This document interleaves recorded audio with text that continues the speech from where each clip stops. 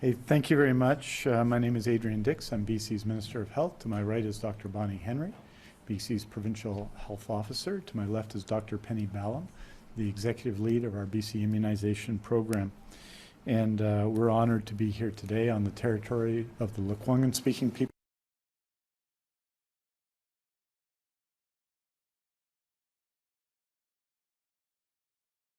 Steps in our BC COVID-19 immunization plans, and Dr. Henry will have some updates, and I'll have some updates on a number of issues. Our update with respect to case counts and hospitalizations will come at approximately 3 o'clock, and it will be a written update today. And with that, it's my honor to introduce Dr. Bonnie Henry. Thank you very much, and good afternoon. As the Minister said, we're here to share our latest update and our plans for the next phase of our immunization program here in British Columbia. As you know, our focus remains the same. From the very beginning of this pandemic, it has been on protecting people, particularly at highest risk of severe illness or death from COVID-19, protecting our health care system so that everybody who needs care can get it here in BC, keeping people and communities safe, but allowing us to come back together safely as much as we can. And that is how this tool that we have now of very effective vaccines has played into our program here in British Columbia. As you know, vaccination is making a tremendous difference. 89.6% of eligible people 12 and older in BC have received their first dose of COVID-19 vaccine, and over 84% have received dose 2, and that gap has narrowed, but we know there'll always be a little bit of a gap given the time between dose 1 and dose 2 and the fact that people are still stepping up to get protected with this vaccine. Over 3.6 million people in British Columbia have downloaded their BC vaccine card, and we've seen the positive effect that measure has in being able to allow us to come back together safely or more safely. We know that this virus can still be transmitted in people who are vaccinated, but that is much, much less risky, and it means that we're less chances of getting severe illness and less chance of passing it on to others. And the vaccine card has been a very effective way of allowing us to mitigate the risks that we've had.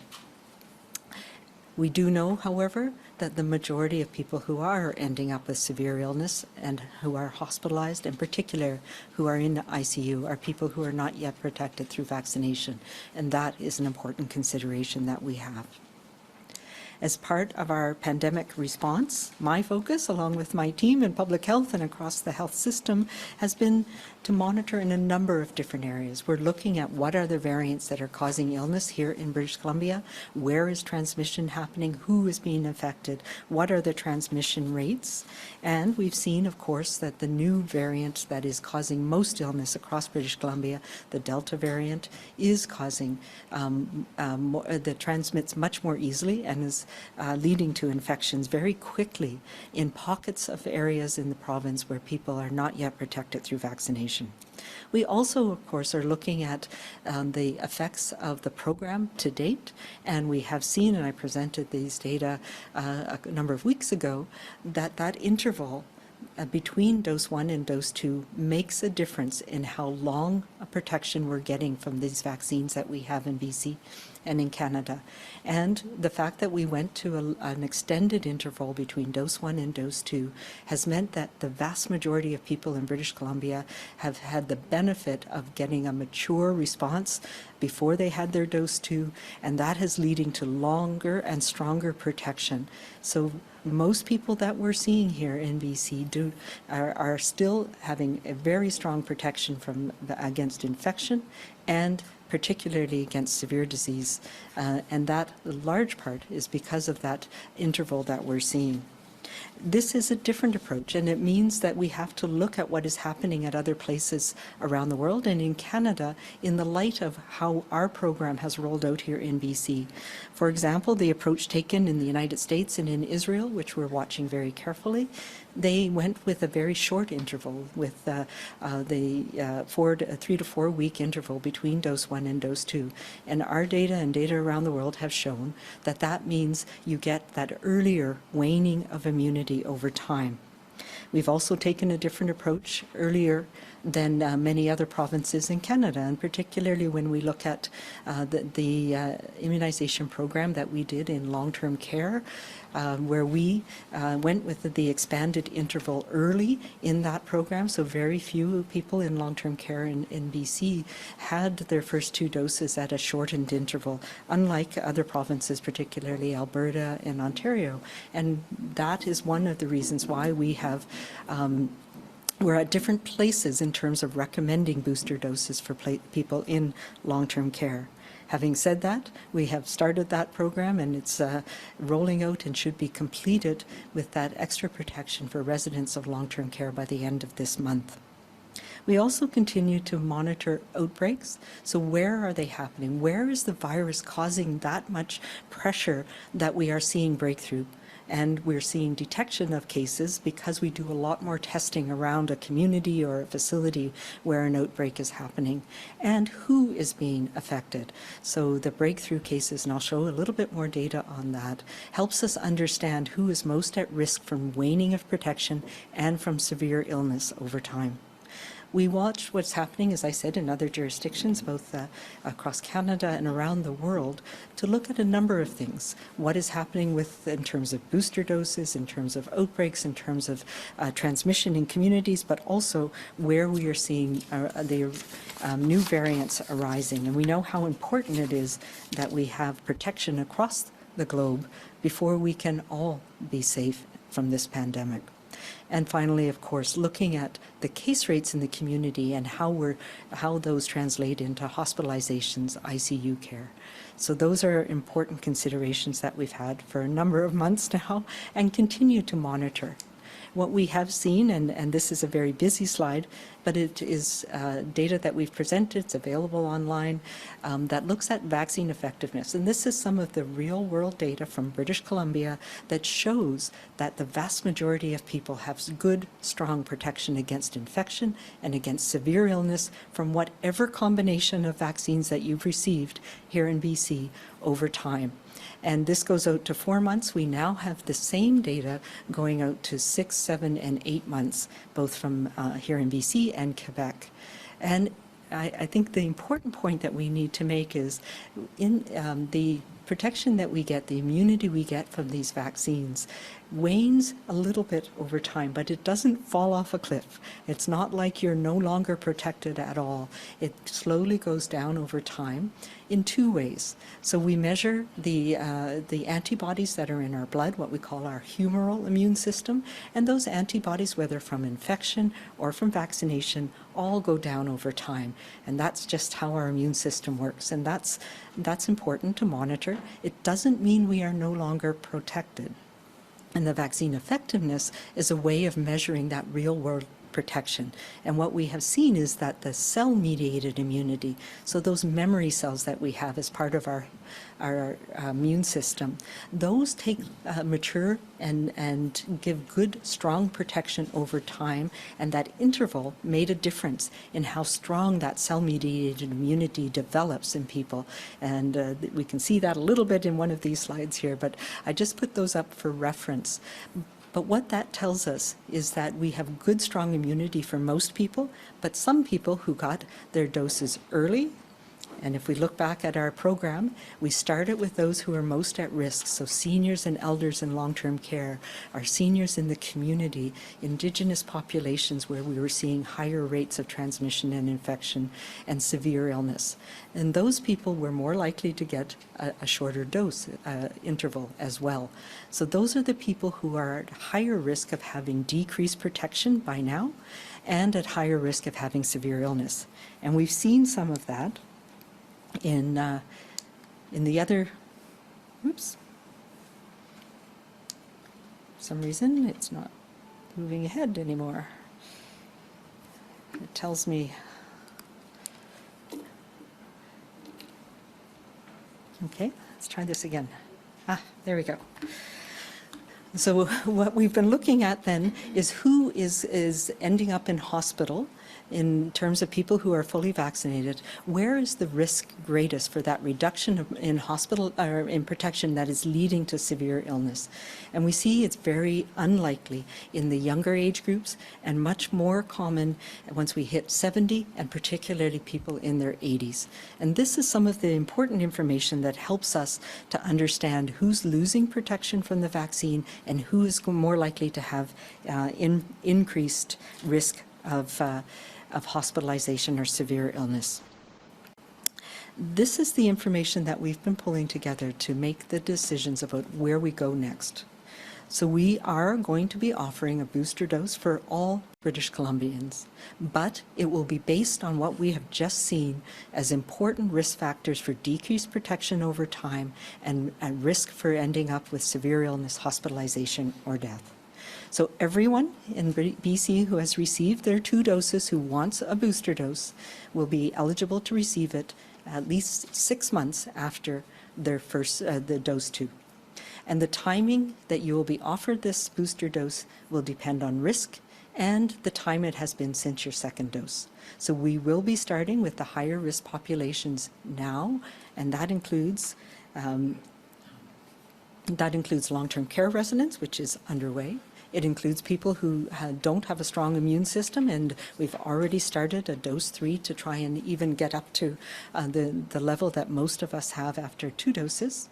And it will also now expand to include our seniors and elders in the community over age 70, most of whom, again, received their first and second doses earlier on in our program and are now at least 6 months from their dose 2.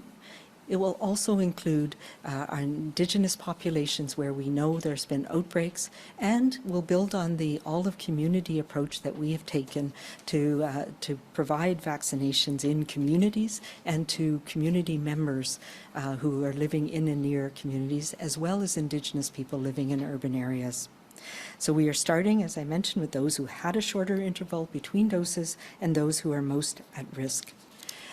The other group that we will be including in that are the healthcare workers who are particularly in those settings where that are exposed to COVID. So in our ICUs, the emergency departments, our COVID wards, where we know that even though we may have good protection and not have a severe illness, it can be very disruptive to our healthcare system, which is stretched as it is at this time, but also can mean risk of transmitting of the illness to others in the hospital setting. So these small group of priority groups, we will be starting this very soon, and I'll be turning it over in a minute here to Dr. Ballum to give you the details of that. I also want to just mention that there are a couple of things that are important for us in terms of protecting communities.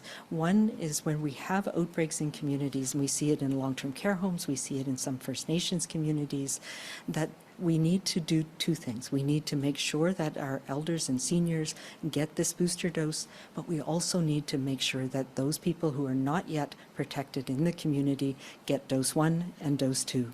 That keeps you safe, but it also protects those around you, particularly those who are most at risk right now. I will hand it off now to Dr. Ballum to talk about how we're going to do this in the next few months.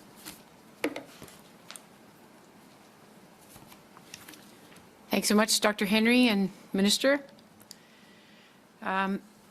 So I think that we're fortunate. We've had a very successful first immunization program with dose 1 and dose 2. As you heard the numbers from Dr. Henry, we're just about at 90% residents of British Columbia with dose 1 and coming very close behind, about 84% are fully vaccinated with dose 2. So as we look to delivering the booster plan, we can build on that success, build on our learnings, the expertise of the health authorities, the incredible online system that has been built and continued to be enhanced, the BC Get Vaccinated system that the public have become very familiar with.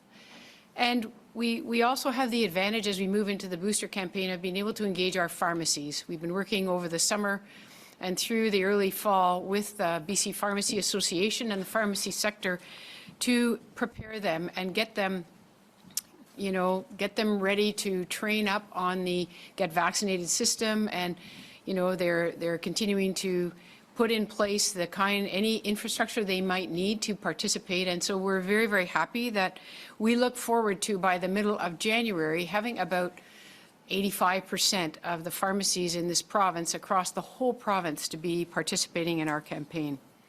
We also have community partners, and you'll remember for the Dose 1 and Dose 2 campaign, in many clinics you had the Canucks or Air Canada or YVR or the Bandits out in the Fraser Valley, the Red Cross. Many community partners participated with us to help deliver our immunization for our public, and they were a terrific addition. Many of them, fortunately for them, have gone back to work. Their sectors have gone back to pretty much business as usual, and there are a few. There's about 4 groups that will continue to work with us to help deliver the booster campaign. And finally, Dr. Henry, you'll remember way back, through a PHO order, actually allowed a number of health professionals across many, many disciplines to actually have the authorization to participate as immunizers in our campaign. And many of them were retired. And that's important because we want them to come back. Our healthcare system has a lot on its plate. They're doing all the business of COVID and the surge 4 or the wave 4, and they're also looking after many things that are non-COVID that are presenting to us in our healthcare system, and we're going to need them to be doing that. And so we're going to be looking to these other people who have the capacity to help us immunize in our clinics and across the province and deliver this booster campaign. The good news about the vaccine, when you think back to the early days of Dose 1 and 2, when our vaccine was very constrained, is that we have a good, solid supply of vaccine. The 2 vaccines that will be offered in our booster campaign are Pfizer and Moderna. They're basically equivalent as a booster. We will be offering either one of those to people coming and presenting themselves for their booster dose. There's not any necessity to align the booster shot and vaccine with what you got as Dose 1 or Dose 2. And we know many people already received a mixed vaccination program with Moderna and Pfizer, and in some cases AstraZeneca and an mRNA vaccine. AstraZeneca recipients will be offered a booster with an mRNA vaccine.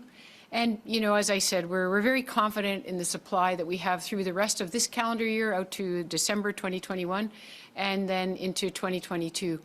The Government of Canada did a great job. Nearly 9 months ago now, they procured the booster supply for vaccine to be used in anticipation of a program such as this.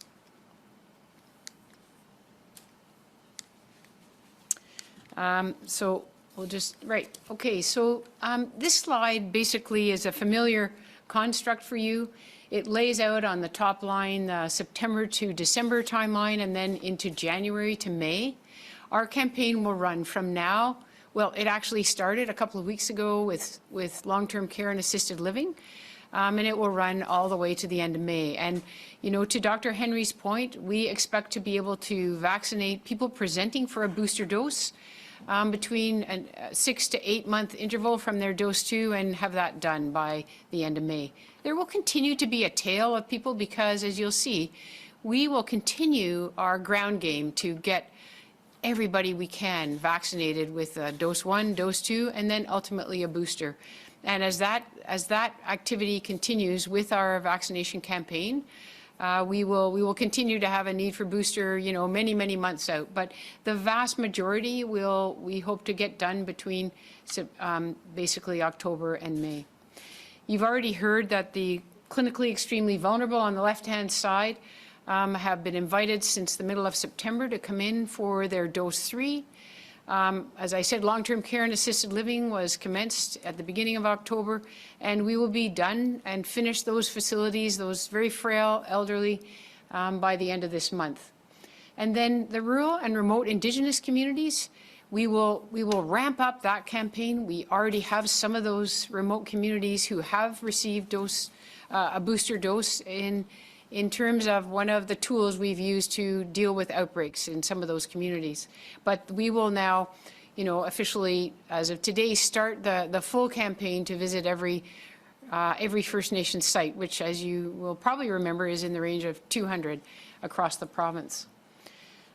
We will be opening up our campaign to the highest risk seniors in the general population, so that would be 70 and over, and as Dr. Henry mentioned, all Indigenous peoples who are eligible. So that would be Indigenous peoples from 12 on up. And, the other very frail people in our communities are those receiving long-term home support and those seniors living in independent living. Many of them are independent, but some of them have significant needs. And so we will be using a combination of our community clinics and people being invited through the online system, as well as visiting independent living facilities on site. And we're very happy to have the BC Seniors Living Association working with us. They're bringing to the program their own resources, nurses and licensed practical nurses to help vaccinate their independent living residents and get that job done as quickly as possible as well. And Dr. Henry already mentioned the short interval healthcare workers who received their dose 2 after only 21 to anywhere from 3 to 5 weeks after their dose 1. And we'd like to get them protected as quickly as possible and then move on in January to the rest of the healthcare worker and physician community. We will also be inviting in early January the rest of the clinically vulnerable, the group that is about half the total group of clinically extremely vulnerable.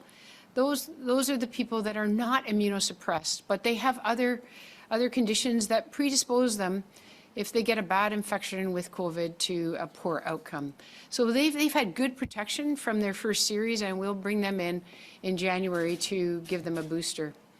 And finally, as of sort of probably the middle of January, we'll start opening things up to everybody from 12 on up to come in with their invite when they receive it, based on the interval from their second dose, to come in and get vaccinated through the rest of the year. You can see on this slide, we also have the continuing dose 1 and dose 2, as I described. That will carry on throughout. And then we are, the children's vaccine decision is pending. As soon as we have a decision, both at Health Canada, and we have the vaccine, and we have the decision by Dr. Henry and her senior medical health officers, we will commence that campaign and run that through the rest of the many months. So moving on to just a couple of other things. Organizing this campaign, it's very, very important that we're not in the crisis that we were in when we had been, almost a year dealing with COVID, and the first small amounts of vaccine arrived in December 2020. And I think we all remember that day. I certainly remember Dr. Henry getting vaccinated for her shot, and our first recipient in Vancouver Coastal, who was a long-term care worker. Those were very exciting times. As we looked at how the campaign rolled out, the people were vaccinated according to, the risk and their age, and also the availability of vaccine. And as you can see, this is a graph that shows the profile of people who will become eligible at 6 months over the weeks from now till the beginning of February. And you can see the big peak in the middle, which happens to land right around Christmas. Not an ideal time to maximize things. So in order to have this campaign be very paced, predictable, to allow our clinics to set up their capacity for people to book into it and then arrive at the clinic and get through and get their vaccine in a timely way, we're going to smooth this curve out, and we're going to bring some people forward and give them an invite, 2 to 3 weeks before their 6-month interval, and some people will perhaps get one a week or 2 after their 6-month interval, all very consistent with good protection with a booster dose for those who we're aiming for 6 months. And then we'll do the same on the ongoing campaign through to May. We really want this campaign to be, more relaxed than the last one. As Dr. Henry has said, this booster campaign is about providing people, that extra kick that a vaccine booster gives you that hopefully will sustain them through many, many months. And that's really the thing that's going to allow us to bring this pandemic to, a more steady state that we call endemic, and allow us to get back to our lives, our work, our pleasure activities as quickly as possible. So going on to, basically how are you going to get your booster? And I think this is very familiar territory for our public. I want to really emphasize, and I encourage, all of you to emphasize this wherever you can, that everyone should get registered in the Get Vaccinated system. It's very easy. It will allow an invitation to be sent when the interval is appropriate for you to get that invite. And then, as many, many, many members of our public know, they can book and schedule their vaccination at their leisure in using the system. They'll be able to book into a pharmacy when we have them up on board and running full tilt in the middle of January, and they'll be able to book into a health authority clinic if they wish. And this will allow us to plan ahead and look at who's booking and the capacity that we need and can expect. And it just makes for a paced, relaxed booster campaign. There will be the provincial call center that is a real help to people who can't get online or feel more comfortable calling in. But between the online system and the call center, we know that people can make the arrangements to get their booster after they've received their invites. We do want to say this is a scheduled booster program. We're not going to allow drop-ins for a dose, for a booster dose. It's really not necessary, and it will really, we know that drop-ins can, provide quite a pressure on our clinics and gum up the flow of patients or residents who are coming in. And so we're really going to encourage people, please book your vaccination online or through the call center. Don't drop in for your booster dose or your dose 3. The locations, as you've heard, will be in the health authorities, community-based clinics. We'll have the pharmacies. And where appropriate, in small communities, we'll go in and do the community of a whole approach, where we go in and run a clinic for a day or 2 or 3 and get, a small community all vaccinated. And how that program is going to sort itself out, we're working on, and that will be made clear to those local communities as quickly as possible. And for our First Nations communities, especially the remote ones, our First Nations Health Authority will be working with us and the other health authorities to get that job done. And for Indigenous peoples who live in our urban centres, away from home, or in our even adjacent or in our smaller communities, they can book into a local health authority clinic. They can go and get their vaccine in a pharmacy, or they can wait for the FNHA and the health authority if they're going to do a specific clinic on site in their local community. Those are all the options that they'll have available to them. So a PACE campaign, and over to Dr. Henry, who's going to talk about the benefits. Thank you very much. So there's a couple of reasons why we think this is important, and particularly why it's important for us to start this now. We know that that this vaccine is very highly effective, and that most of us are having good, strong protection that's lasting for a long time and will last through this respiratory season. But we are also, as I showed, seeing breakthrough in certain populations and under certain conditions. And so we know now that adding an extra dose can make a difference, particularly in those settings with those populations.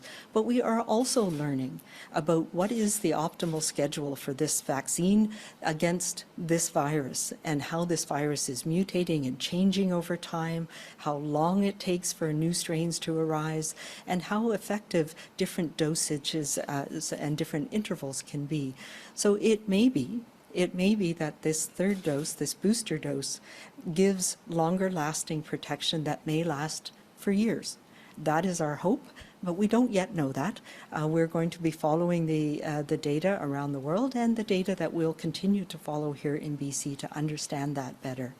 But right now, we know as well that from the studies that have been done by both Pfizer and Moderna around their booster doses, that you get a good, strong, and quick antibody response when you get that booster dose. So we know that'll give additional protection to those most at risk in this next few months. And for many of us, it also will mean longer lasting protection into next year and the year after, potentially. So we know it will protect people at higher risk of severe illness, who are also the ones who are longest since they had their primary series. And our hope and our expectation is it will help to reduce that pressure of the virus in our communities across BC and to reduce the hospitalization rates that we're seeing right now.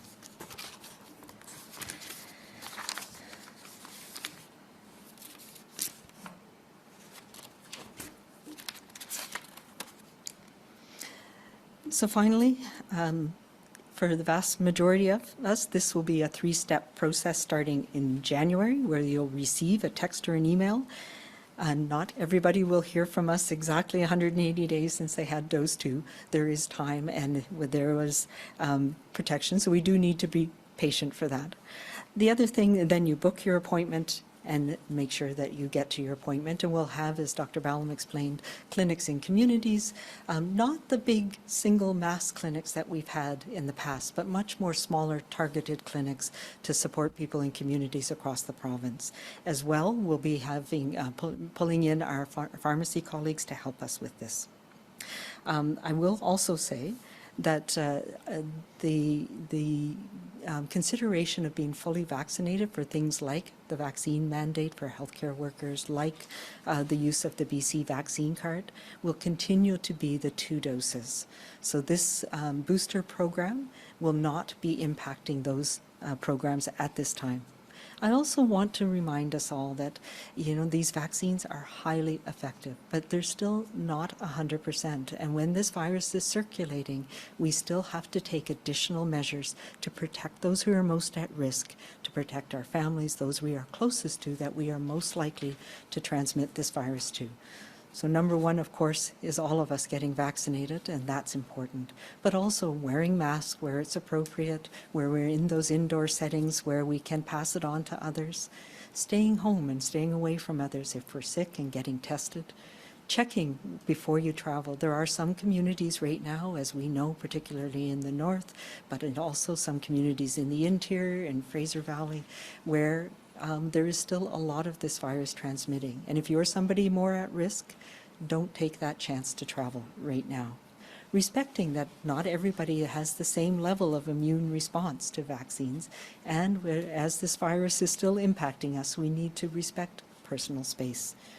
Stay outdoors. It's always safer than indoors. I know it's a challenge as we're going into winter, but if it's somebody that you want to see who is immune compromised, outdoors is safer. So again, remind ourselves to consider everybody's situation when we're making these plans. And of course, we'll never have to stop washing our hands. That's also important. So finally today, I want to talk as well about some corrections to our hospitalization data. As I mentioned, our teams periodically complete a data review to ensure that we are capturing all the information on people who are ill and receiving care. And for the last couple of weeks, we've been looking at 2 different issues, one of which is a data error in the interior health hospitalization data, which started because of the rapid increase we saw in August, where we did modifications to the case and contact management system that we were using to follow people who were identified as having COVID in interior health. And what this meant was that all of the cases were counted, but there were some individuals where their hospitalization was not recorded in the public health line list. Over the past 21 months, about 10,814 people have been hospitalized with COVID-19, and this error affects only interior health because of the measures that they were doing. So we do have an accurate case count, and the census count in the hospitals is accurate, as is the ICU count. But what we didn't have is the number of people who were hospitalized, who were cases in interior health. So we've gone back from the beginning of the pandemic to link that information, that data. It took some time to do that. And in total, The number of people ever hospitalized who've had COVID in the interior health has gone up by about 204, from 1,544 people to 1,748 people. And the number of people currently in hospital will go up from 23, which is reported today, to 63. So this change, this data correction, will be visible on the BC CDC dashboard starting tomorrow. I think it is important to recognize that the overall number of cases is accurate and stays the same. It's the number of people who've ever been hospitalized as part of their COVID infection that we are now correcting. I will say also, the other issue that I'm still wrestling with is how to accurately portray that group of people that have been labeled as discontinued isolation. And it is proving to be a challenge, partly because our information systems and how those data are collected are not easily merged together to get a good picture. I said this last week, and we are still challenged to try and come up with an accurate way of projecting those numbers of people. It's somewhere in the vicinity of about 170 people across the province who are still in hospital after their acute infection and recovering from COVID. In some cases, and I'm now understand that about a third of those are people who were actually discharged from hospital that have come in for another reason. So that's something that we need to do a case-by-case chart review to understand, and that's why it's taking quite a bit longer than I expected. But we will have more updated information on that group of people in the coming weeks, and I can only say that it is one of the challenges that we have had with the number of hospitals we have and the fact that we have a number of different information systems that we are mostly manually collected, and it's very challenging to get that full picture of the people who are past that acute illness in hospital. So we'll have more to say on that. In closing, I do want to remind everybody that even with booster doses, we need to continue to take the precautions that we know work to protect us and to protect our communities. These booster doses will be an important role, particularly for those who are most at risk of severe illness and who were at risk early on and have had the longest period of time since they received their first doses. I believe that this extra protection for our seniors and elders who have been so affected by this pandemic will make an important difference in helping us get through this respiratory season, making sure that we're not adding additional burden to our hospitals as influenza is starting to appear as well. And coupled that with the immunization that's likely to be available very soon for younger children, particularly school-age children, 5 to 11, means that we will have the best protection we can have as we go into the holiday season, and that will help us be able to come together safely in the coming months. So thank you very much, and I'll turn it over to Minister Dix.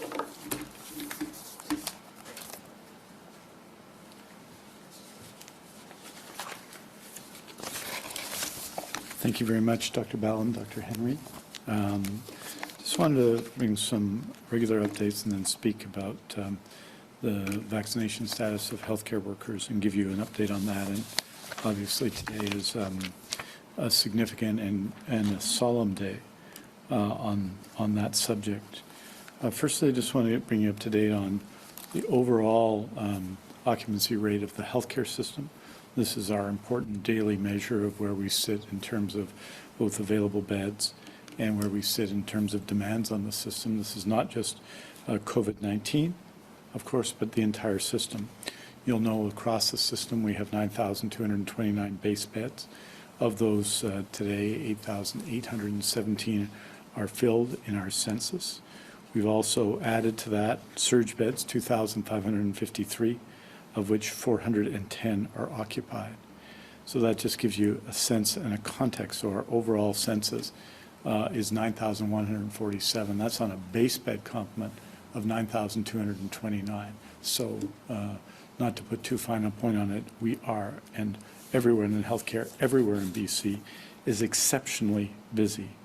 With respect to critical care, we have 510 base critical care beds in the province. We've added 218 surge beds during the COVID-19 pandemic for a total of 728. Of those beds, 440 of the base beds are filled, and 25 of our surge beds are filled for a total of 465. This gives us a sense of where we sit in the province today. It should be said, of course, that this reflects all of the actions that we are taking to manage the impact of the COVID-19 pandemic on acute care. For example, in critical care, many of those in critical care in the Vancouver Island Health Authority are from the north today, as you'll understand. Equally, we have a significant, we're over 100% of our base bed capacity, if you look at it in total, in the Interior Health Authority, and that represents an extraordinary challenge there. And the final thing I just want to point out, as you know, 89.6% of people over 12 who are eligible for a COVID-19 vaccine are vaccinated. Approximately 84.5% of those have received their second dose. We have today, and we'll be providing all the numbers at 3 o'clock, 155 people in critical care. And of those in critical care who are under 50, this is an important point, that issue of vulnerability on breakthrough. Of those 155 cases, 133 are unvaccinated. And under 50, all those under 50, there are 43 people in critical care today in BC with COVID positive for COVID-19. 42 of those 43 are unvaccinated. And I think I would say, and I think I speak for Dr. Ballum, Dr. Henry, and healthcare workers across BC, the message from that is to get vaccinated. I just want to bring you an update on where we are in terms of surgical cancellations, which is one of the ways that we are managing the challenges of the COVID-19 pandemic to our healthcare system. That during the reporting period, October 17th to 23rd, health authorities postponed 200 non-urgent scheduled surgeries. That's 17 in Fraser Health, 8 in Northern Health, 77 in Vancouver Coastal Health, 98 in Vancouver Island Health. No surgeries were postponed in this period in Interior Health and the Provincial Health Services Authority.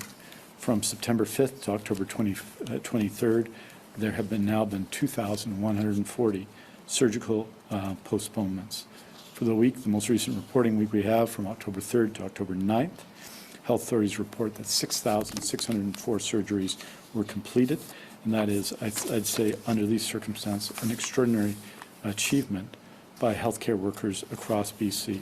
Finally, I want to bring you up to date on the issue of contact tracing. As you'll be aware, we are continuing to hire contact tracing to support people who test positive for COVID-19.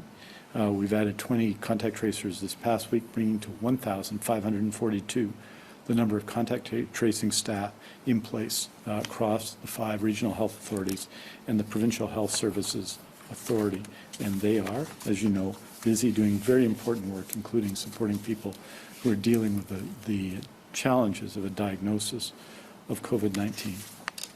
Finally, I want to speak about today. It's a significant day today, as you know, for 2 sets of people working in healthcare, for our healthcare system, and really for everyone in long-term care assisted living on the one hand, or at one point in the process, and all other healthcare workers, medical staff on the other hand. You know that on October 12th, that all those working in long-term care and assisted living needed to be vaccinated, and that those who were not vaccinated were placed on 2-week unpaid leave, commencing October 12th. This is followed on October 26th, which is today, by termination of employment. This has been communicated broadly to employees, unions, employers, and to the public. This sector, and we're talking long-term care and assisted living, of course, and the broad sector is made up of health authority owned and operated care homes, which have health authority owned and operated employees, and other employees. But this is a significant moment for them. And we're all of us are very solemn about this moment, because the requirement to get vaccinated is an absolute necessity in our healthcare system but we know the impact on people and on families, and we are hopeful and encouraging that people will still take the opportunity to get vaccinated. And those who are not able to work at present and today, over the next couple of days, will be formally losing their employment, will get vaccinated and will be able to return to work. Also today, the vaccination requirement in the broader healthcare system is being brought into place. And I just wanted to give you an update on the numbers. Yesterday, we provided significant numbers to people, to all of you with respect to, that included a category called unmatched employees, but I want to give you the updated because those have been gone through case by case. And these are the current numbers of total health authority healthcare workers, excluding long-term care and assisted living direct employees. It's 126,343 workers to date, and we keep making corrections, and there's additions to the list, including some people who are vaccinated outside of British Columbia, but fully vaccinated 119,627, partially vaccinated 2,626, not vaccinated 4,090. So those are the significant numbers, and obviously in different health authorities, those numbers are different. So the number of not vaccinated, which are most effective, because those are the individuals who will be on leave of absence without pay. The highest not vaccinated rate is in the Interior Health Authority, it's 7%, and that unique count is 1,369 employees not vaccinated.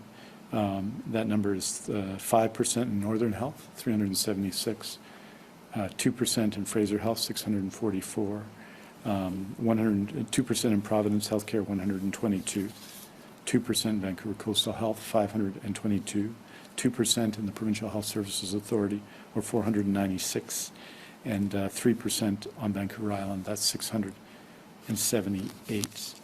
And obviously, health authorities are taking steps to across BC to deal with the challenges presented by this. I would say that the numbers are made up of all those who've worked at least one day. So there's a number of staff who are casual staff who haven't worked a lot of days, but there are other staff who are obviously very important people in healthcare teams. And this is, as noted, a necessary step, but a solemn day, because it has implications for those people and their families and for patients and their families. But it is what all of us need to do together to support one another in the COVID-19 pandemic. Our healthcare workers across BC, you can see it in these exceptional work that's been done on vaccination, in emergency response, in primary care, in long-term care. Our healthcare workers have been heroes in this campaign. And so, well, this was, as I say, a necessary step and an important one. We're also solemn today because we know the implications for people, and we know why this is a necessary step to protect people in our healthcare system. So I wanted to thank you all very much for that, and we're happy to take your questions. A reminder to reporters on the line, please press *1 to enter the queue. You will be limited to one question and one follow-up. For our first question, we go to Justine Hunter, Globe and Mail. Thank you, and this is a bit repetitive from earlier, but I know all the data is not in, but I'm looking for a summary, Dr. Henry, on what your recommendation is to people about whether or not they want that booster dose right now. And thank you for that. It is an important consideration, and I think that the message that I have is that most of us have good, strong protection, and we don't need a booster dose right now, but come next spring, it is something that we should consider for longer term protection. For the groups of people that we're focusing on right now, so those are the people who are immunized first because of their risk, and the biggest risk being age. And we know the older we are, that we don't mount as strong an immune response to vaccination.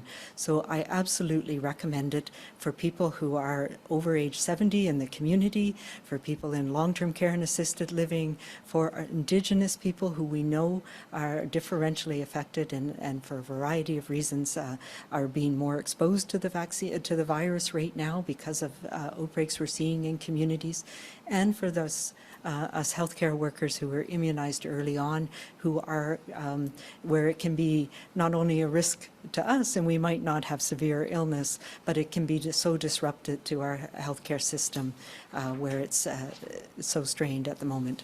So those people who are eligible in the next few months will be making this as available as we can to you, and absolutely recommend that you take this booster. We'll have more information as we follow what's happening, as we look at our vaccine effectiveness over the next few months, and we'll be updating the recommendations to the young, healthy people as we go into the new year. Justine, do you have a follow-up? I do, and thanks for that. And this is to Dr. Ballum. I just wonder if you can give us some numbers around how many people are expected to be getting their third dose by the end of this year, and if you've got any update on where we're at. I know you say we have a robust supply of vaccine, but are we actually giving more back because some of it's expiring, or just what does the supply look like right now? So thanks, Justine. And to the answer to your first question, we estimate we'll be vaccinating, we're projecting the capacity to vaccinate about 500,000 people between now and the end of December. So in terms of our vaccine supply, we certainly have vaccine on hand. We keep vaccine at Innomar facility in Ottawa, and we're in close touch with our federal colleagues. So we know we can draw down, at least what we're going to need, and there will be more if we have, a response that is more robust than even we are projecting. There will be sufficient vaccine on hand. For the next question, we go to Richard Zussman, Global News. And this dovetails a bit to that. This could be for Dr. Henry and Dr. Ballum. Does that number factor in children? How are we going to immunize both 5 to 11-year-olds once approved by Health Canada, as well as doing booster shots? Will they be done in similar locations? Do we have enough vaccine to manage both groups at the same time? Could boosters be pushed back in order to ensure children are immunized, or vice versa? How are those challenges getting grappled with as we await the timeline from Health Canada? Yeah, the really good questions, things that we've been wrestling with and talking with our teams about over the last few weeks, and why we've taken the time to do that thinking over the last, particularly in the last 2 weeks, as we've got more and more information about the booster doses. So a couple of things. One is the vaccine supply, and what we are hearing from Health Canada and from the manufacturers about the vaccine for 5 to 11-year-olds.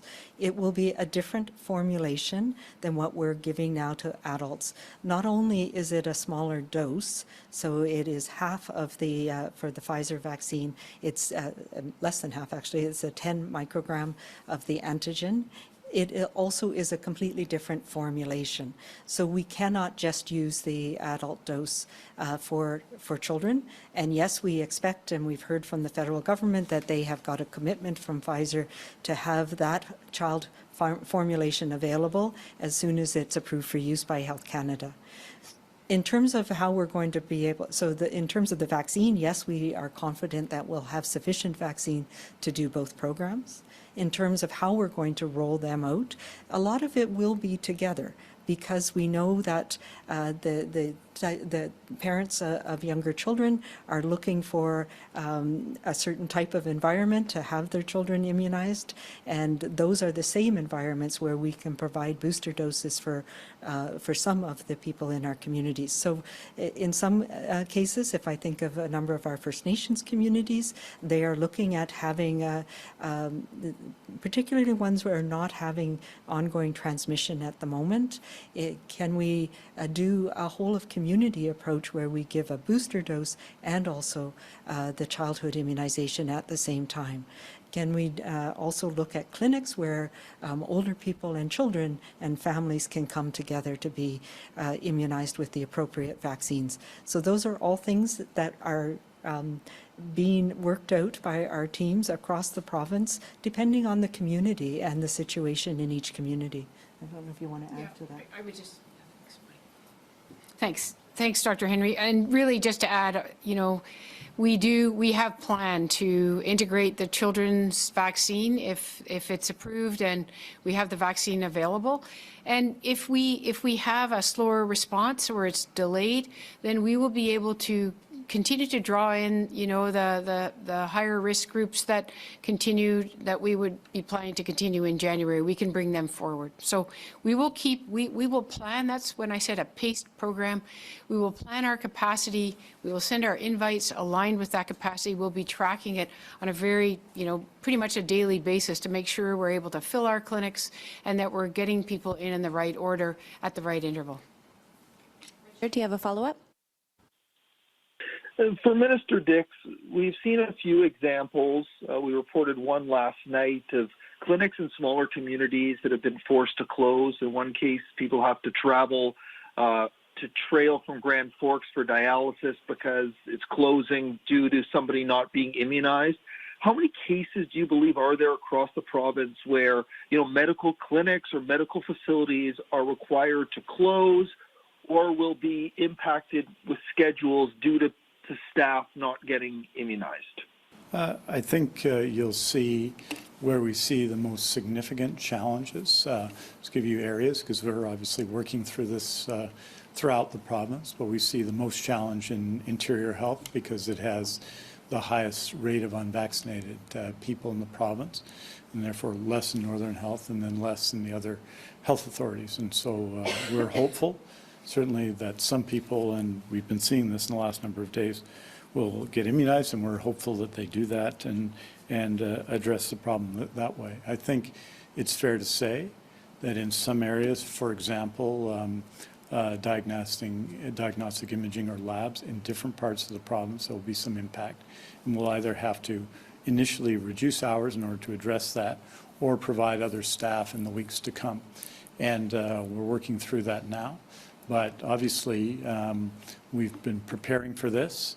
And in some areas, such as long-term care, where we've hired thousands of workers, close to 6,000 workers in the last year as part of our healthcare program and healthcare assistance program, we were able to respond more quickly. In areas where people are more highly credentialed and require more time to be trained, it is more of a challenge. So overall, 97% is a high level of vaccination. If you look at both partial one dose, which is a small percentage, and full dose, which is closer to 95% across the province. But there are challenges because our healthcare system is dealing with 2 public health emergencies and lots of demand after 20 months of the pandemic. But those are the areas that we have some issues in that we're identifying and working on. Diagnostic imaging is one, lab is another, and there will be some impact on surgery in interior health in this week. And just as we did in long-term care, we'll be making adjustments to deal with that and supporting regions, in particular in this case, as we have for Northern Health, as we have for interior health in the past, or Fraser Health, we'll be providing additional supports to ensure that a high level of care continues to be provided. But look, it's a big challenge, and it's but a necessary one in order to ensure that people are safe in a time of pandemic. For the next question, we go to Shannon Patterson, CTV. Oh, hi, Minister Dix. Along the same lines, can you tell us, out of those 4,000 or so workers in the healthcare field who remain unvaccinated, how many of them are direct patient care workers, doctors, nurses, respiratory therapists, people who work directly face-to-face with patients? Well, what I can tell you is if you look across the system, so first, long-term care and assisted living, that was 2 weeks ago. But there are obviously fewer categories of employers, fewer employees in those categories. So in the large categories in long-term care and assisted living, there wasn't any real difference in the vaccination rate with credential, right? So our healthcare assistants were they were actually the highest, I think, in the categories, but they were within decimal points of registered nurses and licensed practical nurses. We were the main categories. There are other people, obviously, who support long-term care homes. So we didn't see across the board much difference in terms of categories of workers. And that is true as well in acute care. So while there are administration staff and others who are unvaccinated and will be affected by this across the healthcare system, this 126,000 workers, they're critical, all of them, to patient care for people. And there's not really a significant difference as to class of employees. So nurses and healthcare workers, healthcare assistants, health sciences professionals, overall in the large numbers, and indeed doctors, have very similar rates of vaccination, all extremely high. But a lot of the people affected are in patient care. As we go through the numbers, and obviously today is still a day when we're hoping people get vaccinated when we produce the final numbers. We'll provide you, as we did in long-term care and assisted living, with some numbers by category so you can see the impact on medical staff and on healthcare worker staff, it's called medical staff.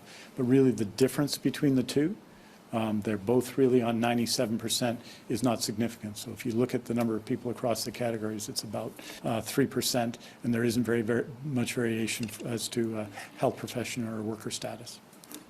Shannon, do you have a follow-up? You spoke earlier about terminations in long-term care for people who still, a couple of weeks later have not gotten vaccinated, have not returned to their jobs. Can you give us numbers of people who are imminently going to be terminated? Well, we will. I mean, the long-term care sector is slightly different than the healthcare sector, as you know, Shannon, because we have our publicly funded beds, which are roughly 30,000, just under 30,000 across the province. About 2/3 of those are either nonprofit or for-profit providers, or contracted beds. So we are contributing and supporting the patients, but the care is being provided there. And then there's the direct healthcare owned and operated. As we said, the numbers are in the range of 1,800. Now, again, all of these workers are people who've worked at least one day, so a significant number are casual employees. Nonetheless, this applies essentially to that whole group of employees. And again, over the next couple of days, we'll update you on that information. But it's a very it's a very solemn thing, because all the people who work in our healthcare system, I think, work with great commitment, and all of them do. And this is a very strong action needed in a pandemic to protect healthcare workers, other healthcare professionals, patients, and the public. But it's also a very solemn thing for people who have contributed to the care of others to be facing that. And we're certainly hopeful that many of them will choose to get vaccinated and get back to work. The next question goes to Victor Kaiser, Radio NL. Hi, Dr. Henry. Thanks for doing this. I just wanted to kind of shift focus a little bit, perhaps, onto capacity restrictions here. Of course, last week you said restrictions were eased in BC, except, if we had regional restrictions. That, of course, came into place and came into effect rather this week. We've reached out to Interior Health now on multiple occasions to see really what their plans are to maybe start easing some restrictions here for Kamloops Blazers games and what have you. They haven't really told us anything. In fact, suggesting that they're even perhaps waiting for direction from your office before, easing some of those restrictions where they can.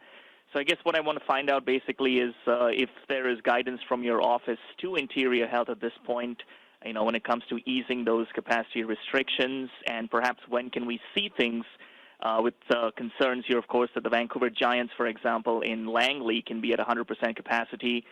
But Fraser Health, has been seeing some of the increased number of cases in the province. Yeah, and I understand that, and I have been working with my colleagues in Interior Health. We have been reviewing the orders, and it is absolutely a decision that we make together with my office, myself and the Chief Medical Officer in Interior Health. And we have been looking at a number of different things in Interior Health, in the same way that we are looking at what's happening in the north and in Fraser and Fraser East in particular, where the restrictions remain in place. So there's a couple of things. One is, of course, the transmission in the community and where it's happening and who it's affecting. The other is the vaccination rates in communities. So where we are still seeing high rates of transmission and lower rates of immunization, those are all things that are important and we take into account. And the third, of course, is the impact on the healthcare system that we're seeing right now. And Kamloops is a good example where, unfortunately, we still have a lot of transmission in the community. And as vaccination rates are coming up, that is great, but we're not at the point where we feel we can take that risk of allowing that type of activity to occur with the stresses that are on the healthcare system right now. But things are settling down in the interior. I absolutely, people are doing a great job. Those vaccination rates are coming up. The measures we're taking are making a difference, and it is moving around in different communities in different ways right now. So we are looking at this on a day-to-day basis, and I do believe it's going to be settling within the next few days, and I hope that we'll be able to lift restrictions and be able to get back to those important hockey games and other arts and other events safely very soon. And as I say, it is a joint decision between my office and Interior Health, and I'm hopeful that within the next week we'll be able to look at if things continue on a good path. As we talked about today, there's still a lot of pressure on hospitals in the interior. So. Victor, do you have a follow-up?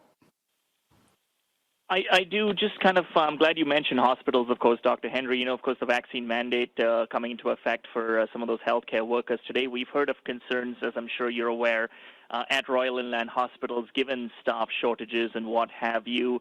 And it sounds like with this mandate, we're going to be losing some more staff potentially at the hospital and at other facilities. I know the Premier said yesterday he's confident the healthcare system will continue seamlessly, but perhaps you or Minister Dix, what can you say to people here now who might be more concerned that they may not get the care they need, given that some staff members here are adamantly refusing to get the vaccine that is available to them? Well, first, let me just address the importance of immunization in healthcare. And this will not be the first time that you will have heard this from me. We know that it is important to protect ourselves so that we're able to provide care, but also we're protecting our families, we're protecting our co-workers, and most importantly, we're protecting those vulnerable people who we care for. So it is essential, and anything that we can do to answer the questions that healthcare workers have about these vaccines, to help address some of the misinformation I know is out there that is causing people to be concerned. Those are the things that we need to do and that we will do to support you to be immunized. It is so disruptive and detrimental to care when we have outbreaks in hospitals, as we have a couple in the interior right now. And that is the reason why we have this vaccine mandate in place. And because we have a system that is interconnected, and I think the congratulations or the I'm not sure what the right word is, but the fact that our system has come together to support each other through this as well, and we'll be looking at other parts of the system to supplement areas in the interior where there's a shortage of people in a temporary basis, and a lot of work has been done on that, and perhaps I'll turn it over to Minister Dix to talk about some of those issues.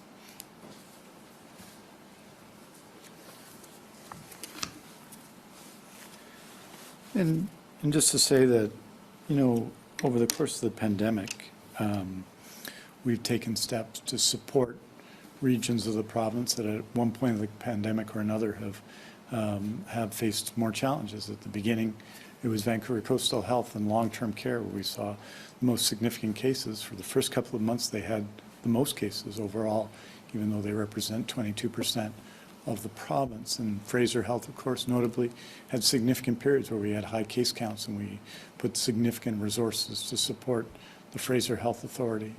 And equally in Northern Health right now, 67 people in each case with teams around them individually in critical care being brought down, principally to Vancouver Island and Metro Vancouver Health Authorities. And this is true of Interior Health as well. I mean, one of the things about this pandemic has been, I think, how closely everyone has worked together to support one another. You know, we compare one region to another and say we can do this here and not this there. The truth is that the measures are in place to support people in interior health, and the actions we're doing to support the Interior Health Authority in this difficult time are going to be there to support people in interior health. This is all of us.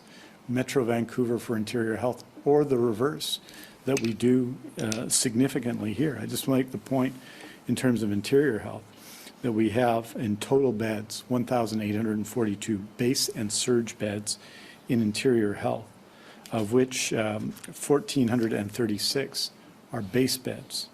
Our census today in interior health is 1,528. In other words, well, it's under our base and surge capacity. It's above our base bed capacity, meaning people our extraordinary healthcare teams led by Susan Brown in Interior Health are doing a remarkable job in supporting patients.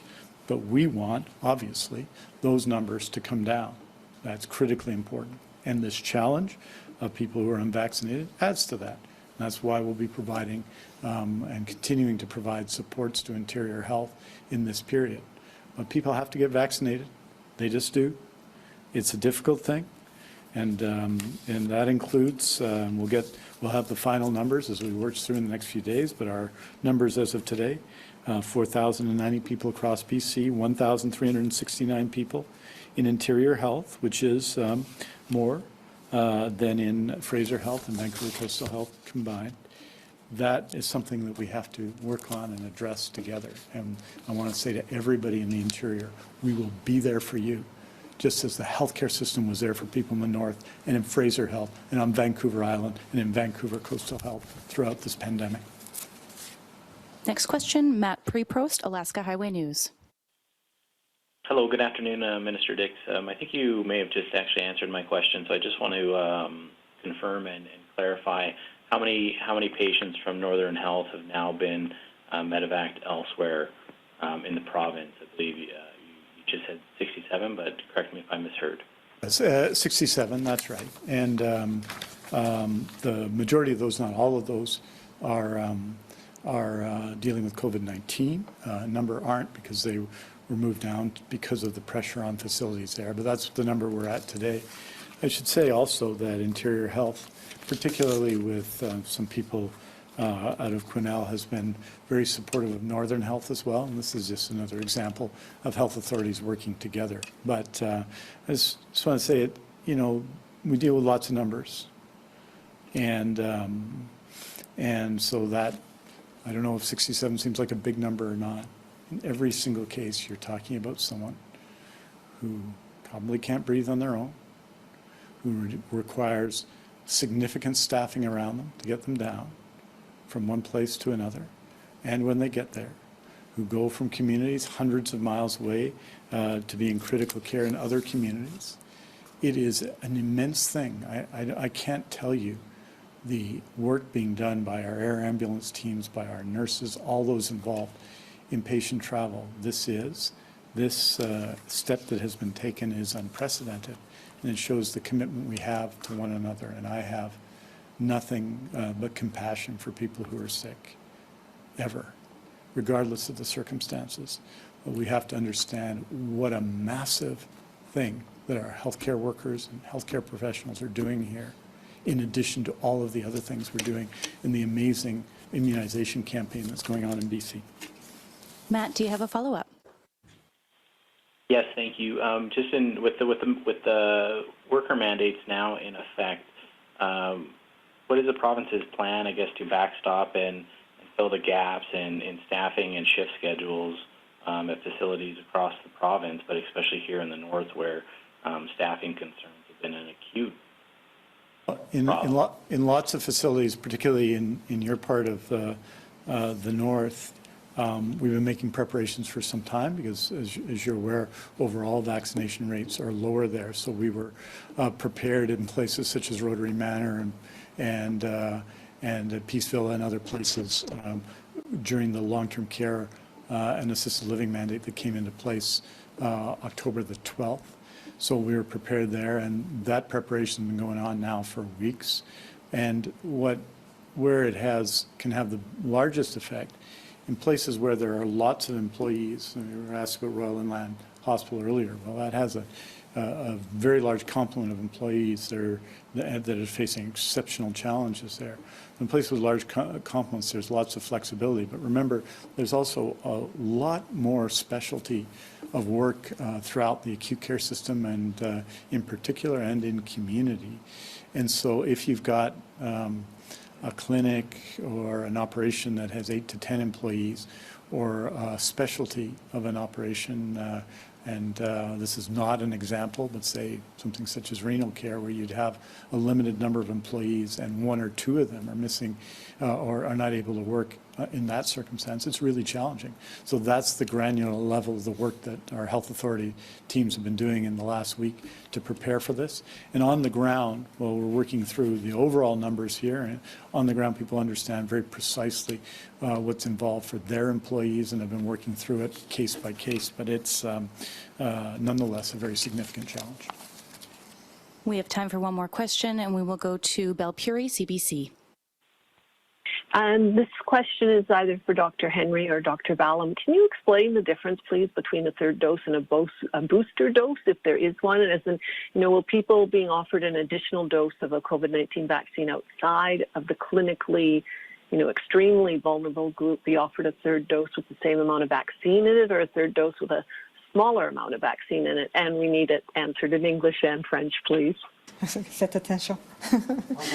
Okay, yeah, so that is it's one of those semantic things that people who are immersed in vaccinology for many years, like myself, have. So technically, a third dose is part of a primary series where you need all 3 doses to build up enough immunity to be considered protected. And for people who have severe immune compromising conditions, whether it's because you're taking certain medications, whether you have certain hereditary conditions that affect your immune system, whether you're on cancer treatment, these are the types of people who may not get a good response from 2 doses of the COVID vaccine. So a third dose in that case is part of the primary series. So for most of us, we're saying the primary series is 2 doses. That's what you need to get a baseline level of immunity that gives you protection for a period of time, and we're learning how long that period of time is. And so those are people, that's what you need to get your immune system up to a certain level. A booster dose, on the other hand, is when your immunization is up to a certain level, and over time it goes down. And it is another dose of the vaccine that boosts that response to bring you back up to a higher level. So there are a number of different vaccines where you have a primary series in childhood, and then you get a booster dose every few years, and some of them, like tetanus, for example, where it is actually your protection levels, your antibody levels go down over time, and you need to boost those up every 10 years. So with this vaccine, we don't know yet what the optimal schedule is, and whether giving 2 doses, because the initial trials were done to try and get as much protection as quickly as possible. We're now learning that spacing those first 2 doses of the primary series out makes a big difference in terms of how long that protection lasts, and so you might not need a booster dose. On the other hand, we are also learning that this virus doesn't replicate and change and mutate as fast as some things like influenza. So it may be that that third dose, what we're now calling a booster dose, boosts your response enough that it gives you longer lasting protection. And it may be in time that the primary series will change. It'll change to you have a dose at day 1, and then you have your second dose in the primary series at 6 months or later.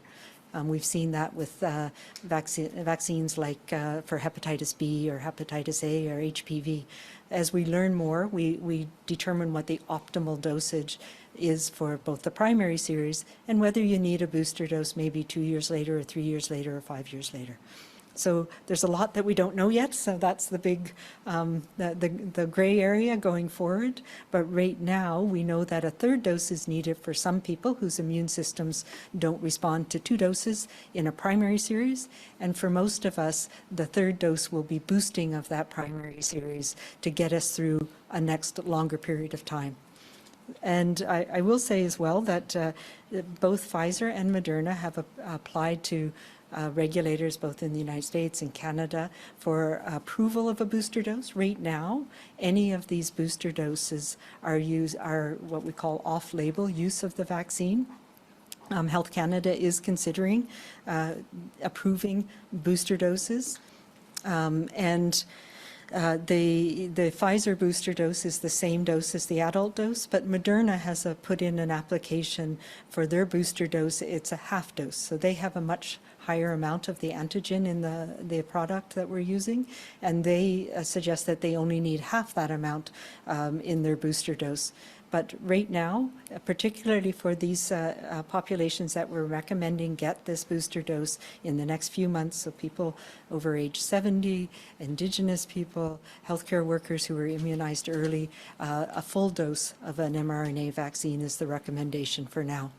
And more as we learn more in the coming months. Okay.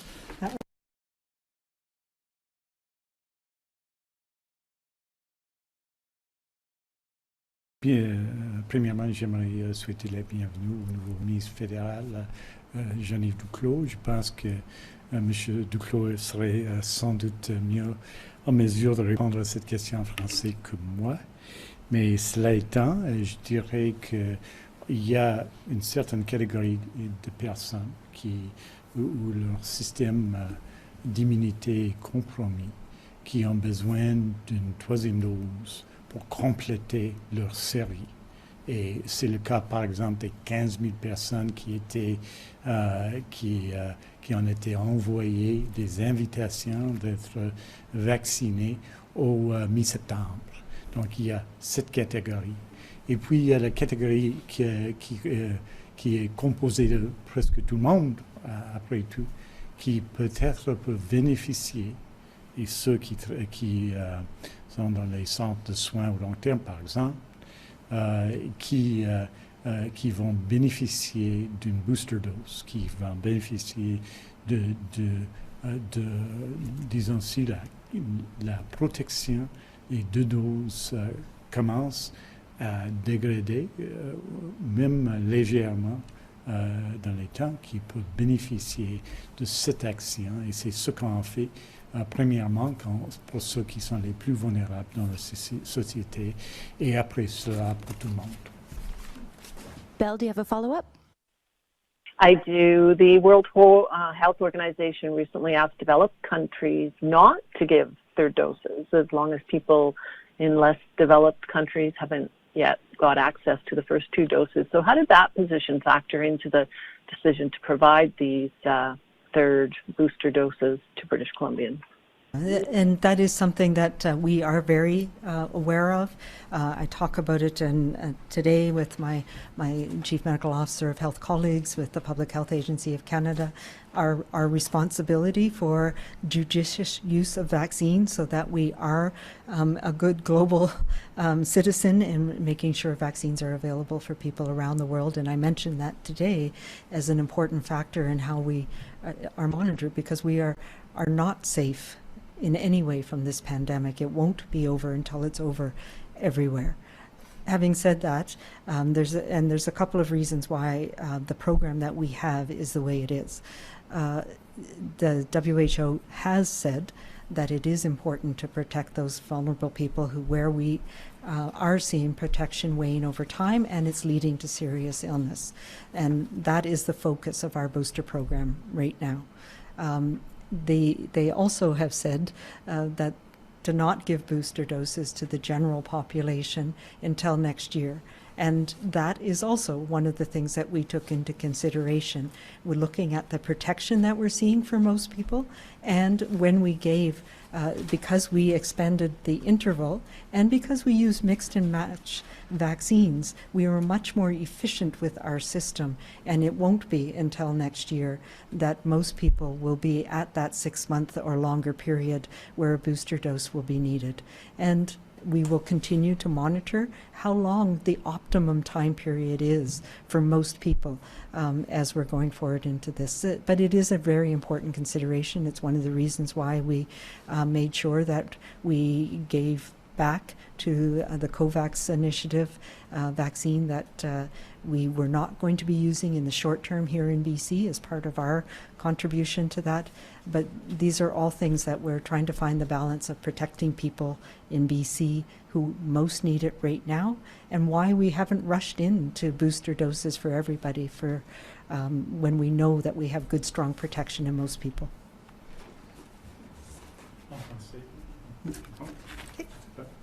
Mais juste en français. C'est la dernière question. C'est ça. Say in English, just to put this in context. 8 months ago, look at 8 months ago, there were 68,157 second doses in total in BC.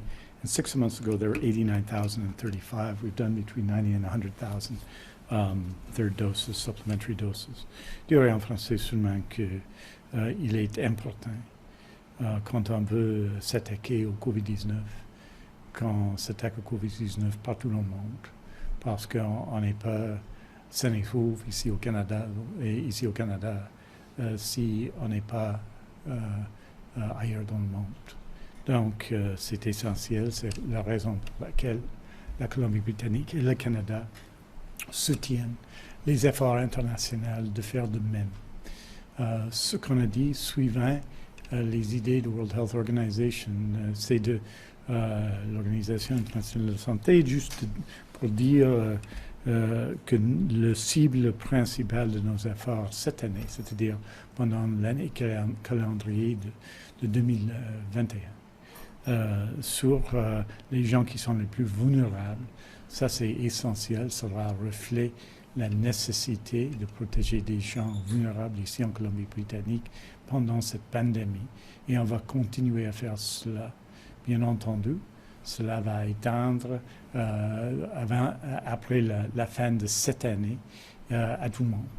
Et donc, la nécessité de continuer à faire tous pour protéger les gens ici en Colombie-Britannique est bien entendu importante, mais aussi important, c'est de soutenir les efforts un peu dans le monde pour la production des vaccins, ce qui est essentiel partout dans le monde, et la distribution de ces vaccins et le soutien en termes de main-d'œuvre, si vous voulez, pour assurer que tout le monde dans le monde peut être vacciné dans les mois à suivre.